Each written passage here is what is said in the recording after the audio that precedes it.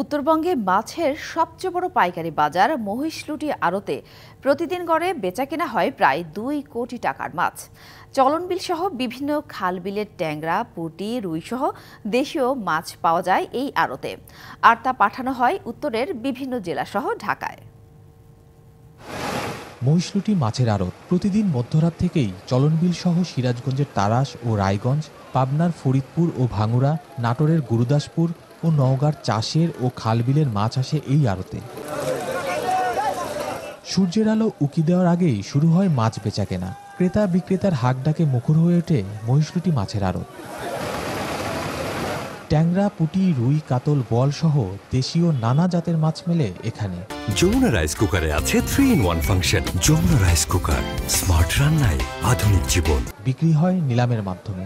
ঢাকা থেকে, জামালপুর থেকে এবং দেশের আমাদের বাংলাদেশের বিভিন্ন প্রত্যন্ত অঞ্চল থেকে আমাদের এখানে মাছ কিনতে আসে। ভোর থেকে হাট লাগে এবং সর্বোচ্চ আমাদের এখানে 2 ঘন্টা হাট লাগে। 2 ঘন্টার মধ্যে লক্ষ লক্ষ টাকার মাছ বেচা কেনা হয়। চলনবিল সহ এই অঞ্চলের মাছের ব্যাপক চাহিদা থাকায় এই বাজারে প্রতিদিনই বাড়ছে পাইকারের সংখ্যা। সকল ধরনের মাছ আমরা এখান থেকে ক্রয় করে নিয়ে কাউরান বাজার বিক্রি করি। এখানে পয়েন্ট করা আছে বিভিন্ন জায়গায় পাইকারদের জন্য, আর তা 2.5 থেকে 3 কোটি টাকা ন্যূনতম বেচাকেনা। নিরাপত্তা ও নিরাপদ লেনদেনের জন্য পাইকারদের দাবির বিষয়ে কাজ করছে স্থানীয় প্রশাসন। দূর দূরান্ত থেকে যারা ব্যবসায়ী আসেন তাদের অবস্থানের জন্য যে আবাসন ব্যবস্থা, ব্যবসায়ীদের দাবির প্রেক্ষিতে আমি সরকারি বেসরকারি যে সমস্ত ব্যাংকগুলো রয়েছে তারাস উপজেলায়, তো ব্যাংকের প্রতিনিধিদের সাথে কথা বলে আমি ওখানে ব্যাংকের শাখা চালু করার আমি ব্যবস্থা করব।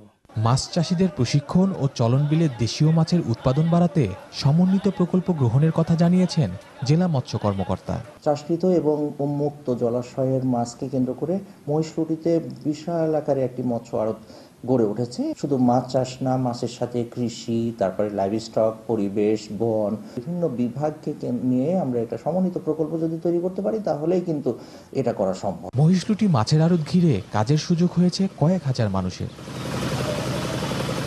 খালিদ হৃদয়, ডিবিসি নিউজ, সিরাজগঞ্জ।